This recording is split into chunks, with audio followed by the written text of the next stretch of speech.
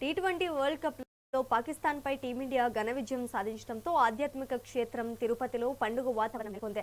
భారత్ గెలిచిన వెంటనే క్రికెట్ అభిమానులు రోడ్లపైకి వచ్చి బాణసంచా కాలుస్తూ సంబరాలు చేసుకున్నారు. జాతీయ జెండాను చేతబూని భారత్ మాతాకి జై అంటూ నినాదాలతో హోరెత్తించారు.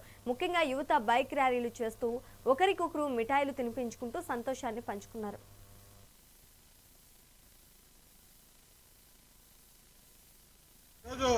పాకిస్తాన్ మీద విజయం సాధించాం అని సంబరాలు చేసుకుంటున్నాం.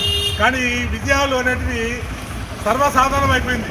ఈ విజయం సాధించడం అనేది క్రికెట్లో ఏ క్రికెట్లోనూ అలాగే పుల్వామా కావచ్చు, లేకపోతే బెహల్గావ్ కావచ్చు, వాళ్ళు ఏ చిన్న కవ్వింపు చర్యలు జరిగినా కానీ సాగు దెబ్బ కొట్టడం భారత్కి పరిపాటి అయిపోయింది. గతంలో లాగా కాదు, బాంబులు వేసిన చేతులు ముట్టుకొని ఉండడానికి, కవ్వించిన గుంపున ఉండడానికి. ఇది కొత్త యుగం, కొత్త తరం.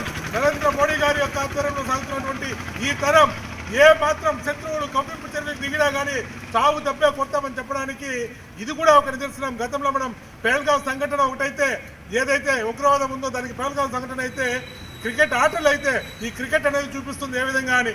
ఏ మాత్రం పోటీ లేకుండా ఒక పసికుండతో మేము పాకిస్తాన్తో ఆడుతున్నాం అని ఫీలింగ్ కలగలా మ్యాచ్ చూస్తుంటే, ఏ యుఏఈనో లేకపోతే కొత్తగా వచ్చిన నెదర్లాండ్స్ ఇట్లా ఏదో చిన్న టీంతో ఆడుతున్నట్టుందే కానీ ఇది పాకిస్తాన్ మీద అని గట్టిగా సంబరం చేసుకునే అంత కనీసం పోటీ కూడా ఇవ్వలేదు పాకిస్తాన్.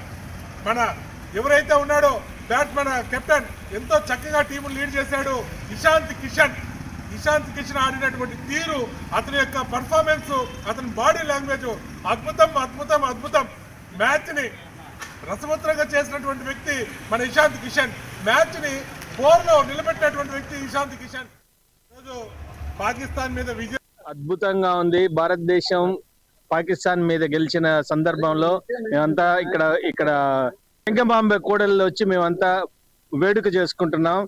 కిరణ్జీ, విష్ణుజీ మేమంతా ఇక్కడ వచ్చి సంతోషంగా వేడుక చేసుకున్నాం. జై శ్రీరామ్, భారత్ మాతాకి. అద్భుతంగా ఉంది. భారతదేశం